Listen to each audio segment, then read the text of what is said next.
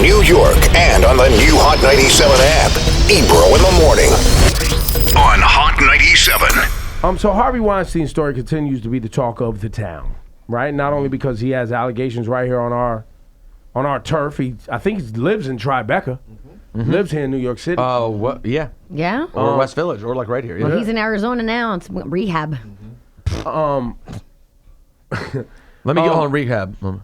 Congratulations, you played yourself. So, we all have stories, men and women in this room, or, people we know that have been in a workplace, and whether it's sexual or racial or whatever, have heard comments, inappropriate comments that you've either just brushed off throughout the years working, and or something happened recently and you're not quite sure. You know what I mean? If it's something that you should be paying attention to. I told a story when I was like 18. There was at a radio station when I was in Northern California. There was a whole sexual harassment scandal, and the girl that worked at night was getting hit on by the afternoon guy while drunk at a club. The midday guy was like having like some sort of tryst with the morning show news lady. Oh, God. The traffic lady used to flash her breasts at you while you were trying to do a live read. See? Oh. But it was fun at the time. For the time, it was fun. What's the problem? It was fun until everybody started pointing fingers.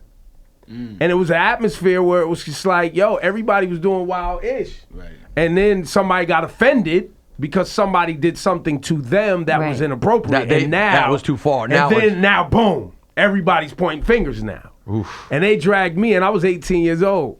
And you were like, I thought everyone was doing loose stuff. And it was like, so have you heard of any inappropriate behavior? And I was like, yeah, all the time. Like everybody.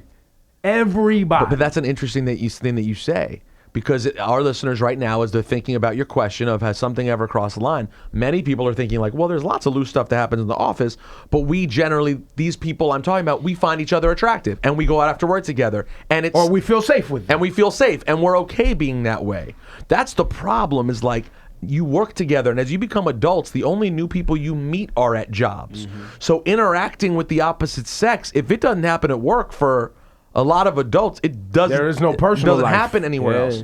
So that may happen, but there's such a huge difference between that and sexual harassment. And also the key in it is, has someone in power made you feel a certain way, sexually or culturally, that you think they're abusing their power? Because that's the piece, right? Because one thing is like feeling like I'm being forced to do something or else. Right.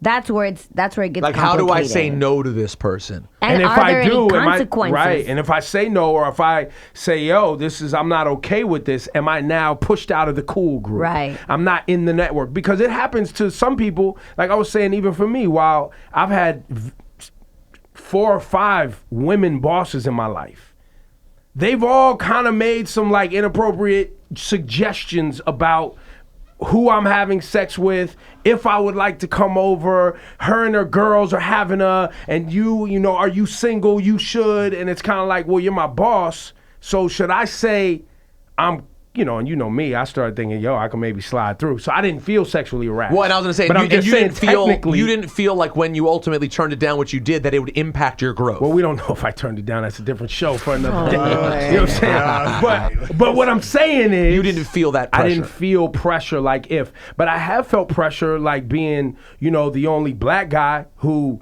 was in an executive position, and if I didn't go hang out at such and such's home on personal time, that I wasn't in the group and I may not get advanced. But I will say that is everything. Right, but people say that's networking, and it is, but isn't it just about my performance? See, and that's the rub sometimes with people. And think about how women feel when they're the only woman executive, and all the guys want to go to the sports bar or the strip club, and the woman executive is like, I don't want to do that.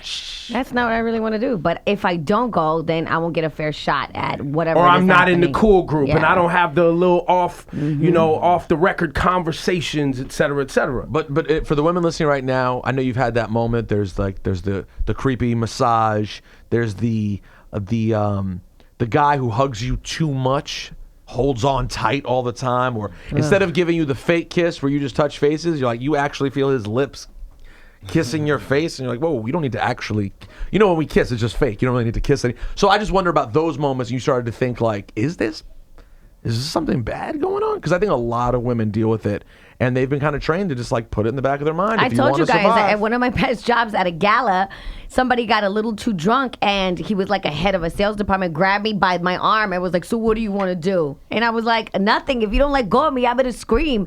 But I looked at him and I played it off. I was like, chill, and I kept it moving. But it could have gone any other way because he was very inappropriate. Taking calls.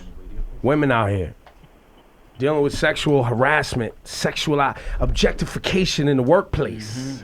It's rampant, especially if you work at a bar.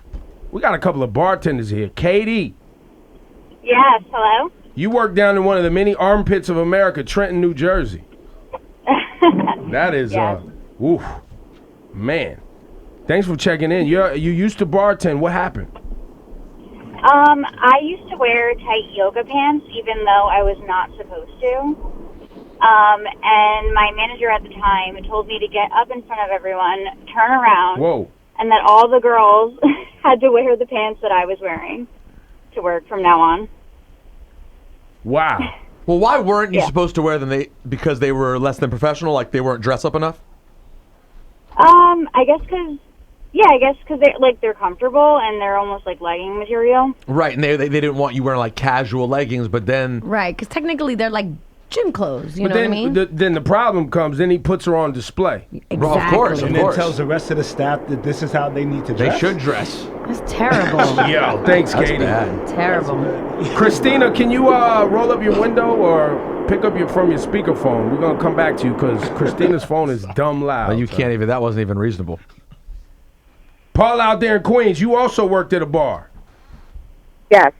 Which and I can hear people now like people who just don't understand. Oh, you worked at a bar, you had your cleavage out, you did this, you did that. But none of that applies to people being sexually harassed or being approached sexually just because of your outfit. And I think a lot That's of men right. specifically, and women I hear use this also, men and women, where, but she had this certain outfit on, so it asked for certain types of behavior. I never thought that terrible. was true. I've never thought that was true. People do think that though. Especially when it comes to touching. Right. Like I could see where, okay, you're wearing an outfit, so there's an idiot who's gonna make a bad comment or say something inappropriate. I see that. But physically touching? touching another person is crazy. Paula, Queens. Yeah, so I was bartending, and it was really slow. I had my back to the bar. There was no customers. I'm watching whatever sports game was on. And I had my hair up in a high ponytail, and my manager just comes and pulls my ponytail and says, "You must like it rough, huh?" And he just laughed it off and walked away. I was mortified. Oh, it's so funny you say that. I could totally picture that. Like, so I can see how someone thinks that's like, I know it sounds insane, but like I believe that story that's crazy.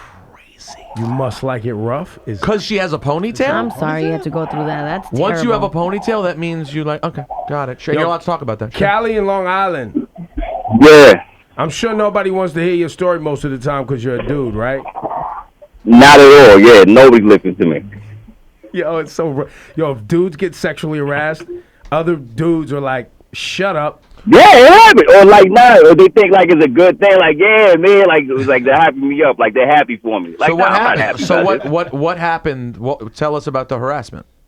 All right, so it was I was working at this ballroom dance studio. Like I was fresh home. I just came back from 4 years, and I didn't have a job, didn't have a license, and this is the first job that I could find. Okay. Now, I never did a cha-cha in my life.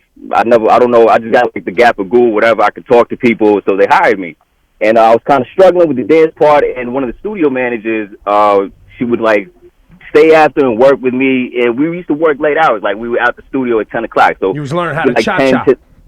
Huh? You were staying late learning your cha-cha. Yeah, learning how to move, and there was a lot of pressure.